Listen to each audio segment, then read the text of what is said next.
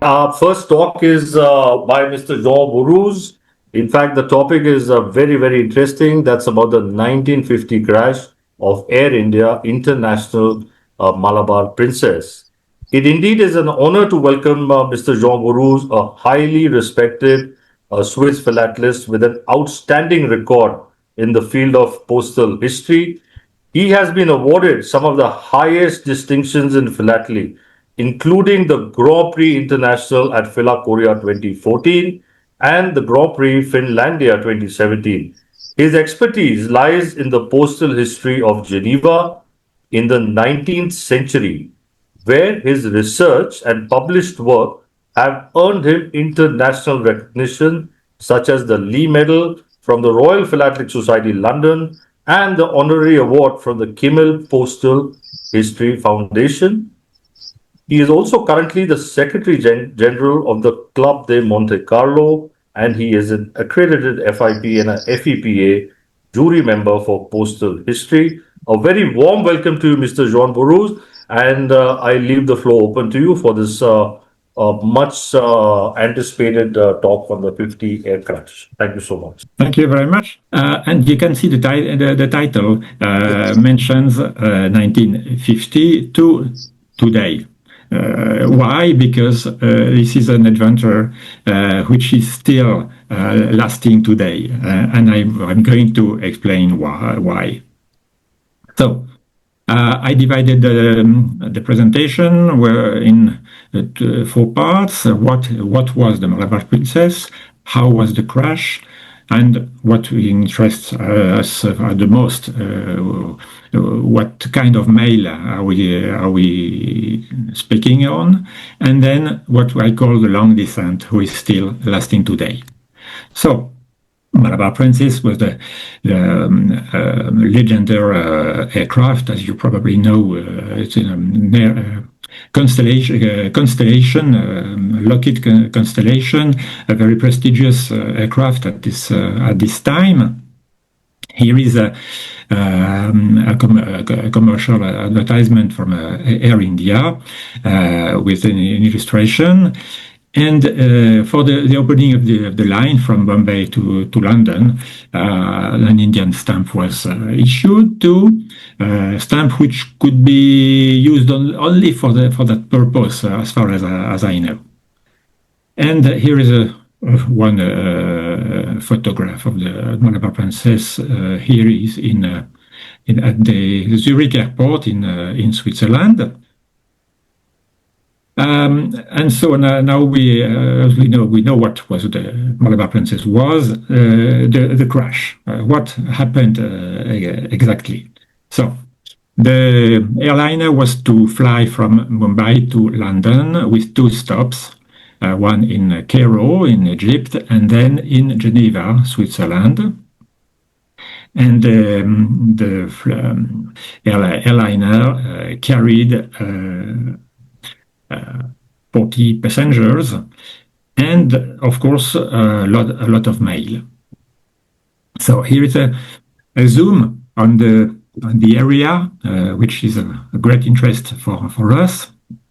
You can see at the lower right the plane coming from Italy, from the Italian side, and crossing the range of the Alps before landing in Geneva and then taking off to London for the last part of the journey.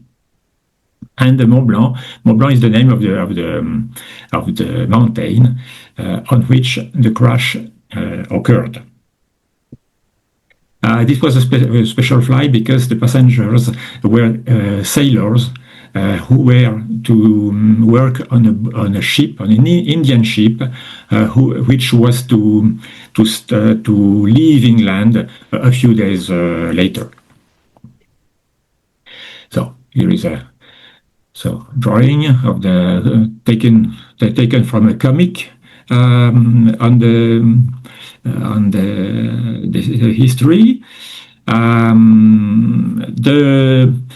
the crash was caused by very bad weather. The visibility was extremely bad, and of course the pilots they didn't have the instruments, today's instruments, to see exactly where was located exactly their aircraft. So the crash occurred practically on the top of the mountain, on rocks, and they can be seen on the right side. If you can see on your screen, there is rocks of the Tournet. Tournet is exactly the place where the crash occurred. And the weather was, of course, not this one. The visibility was 0. 2 days later, when we had better weather, a Swiss small aircraft could make some research and locate the wreck.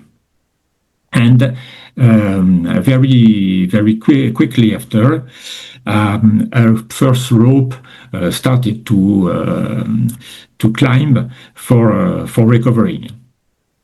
The first rope had an accident, unfortunately. The leader fell in a crevasse, so a second rope had to start then, and they could at last reach the area of the crash. And here is what they recalled. They could explain to the press, to the reporters, and you can see on the screen what was the description is pretty accurate and I would say terribly explicit.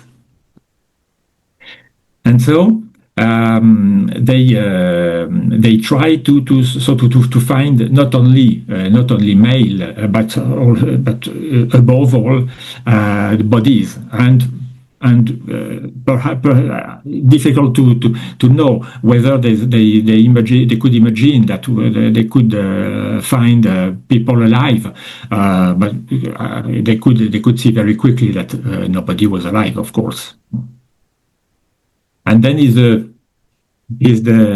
rest of the explanation they gave to the press, to the reporters, and on the last line you can see what is of interest for us philatelists, hundreds of letters. And after this first recovery of this rope on November 8, they could take with them one mail sack with what they could find, the letters and the mail they could find on the area. Here is the only image, the only illustration of Malabar Princess, which was designed on the part of the aircraft. Then the mail which the mail they found can be divided in different recoveries. A first one just after the crash, as we just speak about before, and then later in the spring when the weather was better, and especially the days lasted longer than the night. This is very important, of course, for such ropes in the mountains. And here is one example of what was written by the Geneva Post Office on the reverse of the envelopes and the covers. And this one is written retardé par suite d'accident aérien. So it means in French, in English, delayed because of the air crash. But we can see that for the first recovery in November, the mail was not that delayed, just a few days, because the post office could handle the mail pretty fast. This is the other side of the letter, the cover. And here is the context of the second recovery. The second rope in April, so it means 4 or 5 months later, in the spring, by a better weather. And this is this picture was taken as far as I know, in 2015. This is not. This is just to show how it looks, how the area looks, and especially the rocks on near the top. But what I can testify is that it's pretty easy. It's not that difficult to reach the top of this mountain when the weather is good, when people have time, and when the nights are short. It's another story in the winter time, of course. And for this second recovery, you have here an example of a cover. So coming from India and not from Cairo, which this label, very simple rectangle label, salvage April from the airliner Malabar Princess, which crashed in the Alps in November. It's very simple, but again, the London Post Office handled the mail by the same way as the Geneva. A few months before. Here's here another example from the Tata house, and the mail from this second recovery, so far to my knowledge, is a little bit more important than the first one. Here is one rest of cover I bought 10 years ago. This one is interesting. I like this one because it comes from a recovery made almost 1 year later, but still on the place near the place of the crash. And we can have here, you can see here, not only the date stamp of Geneva, but also kind of a stamp from the police in Chamonix. Chamonix is the town near the Mont Blanc. The police of Chamonix was the first to receive to take over the mail, and then it makes a kind of sorting, mail sorting, and then gave it to the Geneva post office in Switzerland. And this mail part was accompanied with this very interesting letter written by the German post office, because the recipient was in Germany, in Bremen, Germany, and the German post office explains with very much accuracy the details of the circumstances of this crashed mail. And if you No, it's not necessary to read German here. You can see that they gave the route of the aircraft, the date of the crash, the place, the place, and then the date of the recovery. All the story of the letter, so that the recipient could understand exactly what occurred. Here is some other pieces of mail, more or less easy to identify. And now the last part, what I call the long descent. Why long? Long in time and long in length, because as you can see, the glacier starts from the top of the mountain and terminates very low, extremely, approximately 3,000 meters lower. And when we see that the glacier advances at a rate of 100 or 130 meters a year, we can imagine how long can be this descent. And this is why some mail is still found today. And here is an example of July 2010.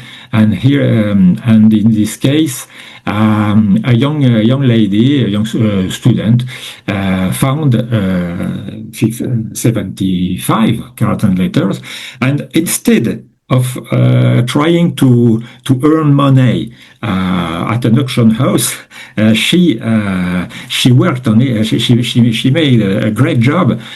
She tried to forward the mail to the different families, families linked to the recipients. Really a great job. Here is a picture of the interesting picture, because I took this picture 20 years ago. I was on the place with my children. It's not far away from the place I live, and you can see that the where the glacier terminates, and this is another the same site taken in 2020, and you can see how fast the glacier melts. Glaciers are melting everywhere, and especially here, of course. And this is why it's even more easier and easier to find the rest of the wrecks, and not only mail, of course, parts of the aircraft, some different artifacts here from Air India. This picture was taken in 2022. This one in 1987. Anyway, so if one day you have the opportunity, the chance to visit the place, you can see a kind of museum in open air with different parts of the aircraft. Not mail, of course, but parts of the aircraft. This drawing is interesting. It shows why it is not that easy to hope find everything. Probably because of the shape of the glacier, probably some parts, some rests, including mail, will never be found. But what is sure is that the glacier is going on and is melting pretty fast. Okay, despite yes, this is my last part. Although this is not the main subject, I cannot ignore another crash which occurred in 1966, because another airmail aircraft crashed at the same place. It was a Boeing 707, of which name was Kanchenjunga. And this aircraft carried also some mail. The most part was diplomatic mail, but there was also some normal, what I could say, normal mail from India. And we can see there how also a special mark made by the post with the date of the crash, which means that people who are still searching, still looking for rests of these crashes, can find both rests of both events, both crashes. This is an illustration of a lecture which was given in Geneva pretty long ago. But this means that still today people are still interesting to hear of what we can find from these crashes. This is a proof. In 2017, I gave a lecture in this area, close to the Lake of Geneva, for a philatelic society. And the local papers were very interested, and they wrote this article.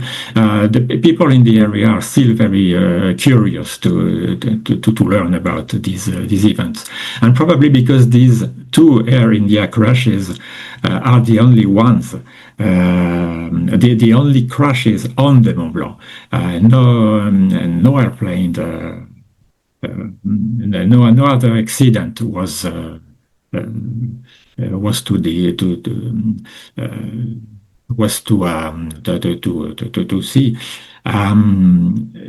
So, and this is my conclusion. My conclusion is that part of the mail has not yet been recovered, and for many years, I'm sure we are going to still to discover many things. And probably we will not be there, no longer there. They will still find things, because the ice is extremely efficient conservation means, and so this means that the adventure continues. So, thank you very much for your kind attention. Thank you so much. In fact, Mr. Voruz, it's been a very interesting and informative talk on it.